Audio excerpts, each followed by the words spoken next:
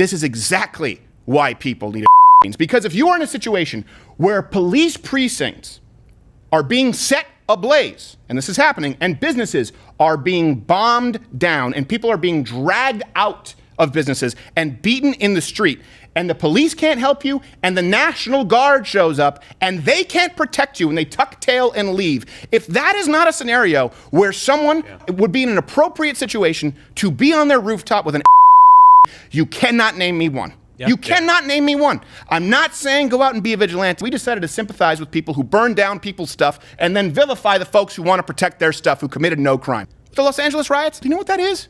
That was the LA police didn't show up and help Koreans, by the way, who also are our minority and were disproportionately targeted by rioters. And don't act like you're seeking justice. No justice, no peace. Well, hold on, shithead. Let me ask you something.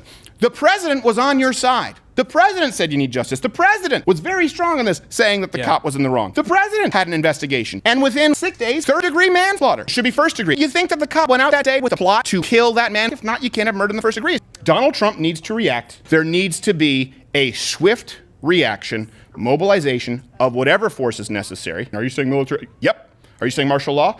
If not now, then when?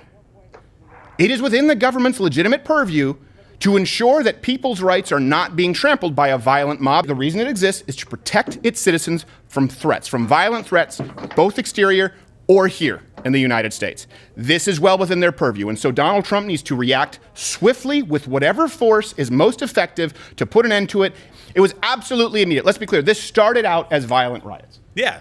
Everywhere. Absolutely. There might be some exceptions today, but yesterday it started out as violent riots, and they tried to make it seem as though these were peaceful protests all night long. Yeah. Until Chris Cuomo could not cut to a scene that wasn't a crazy, chaotic, riotous mess where his own reporters were in danger. I disagree with nearly everything CNN stands for. I think that their coverage is dishonest, and I think they've done a lot of damage to the American dialogue.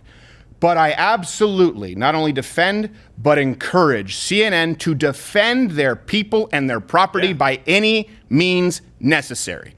And I hope they allow their employees to practice their Second Amendment rights. I'm not saying go out and be a vigilante, but if you are home or if you are in your place of work right now, as a lot of people are, they can't get out because they're stuck downtown, and people break in through the door, you absolutely have the right to defend yourself. I do have a loaded by my bedside. We need better training for police officers. I don't want anyone, male, female, lesbian, straight, if you can't meet the PT requirements and if you can't subdue a perp on your own who's combative, who is resisting arrest, and do it, by the way, in review every single month, not once a year, I don't think that you should be on the front lines. I also don't think that the women who I see in the front lines right now who look like Dark Helmet because they have the riot gear on and they can barely keep themselves from teetering over and getting shoved in the police line, I don't think that they should be there. I think you should have the biggest, strongest, most capable people there.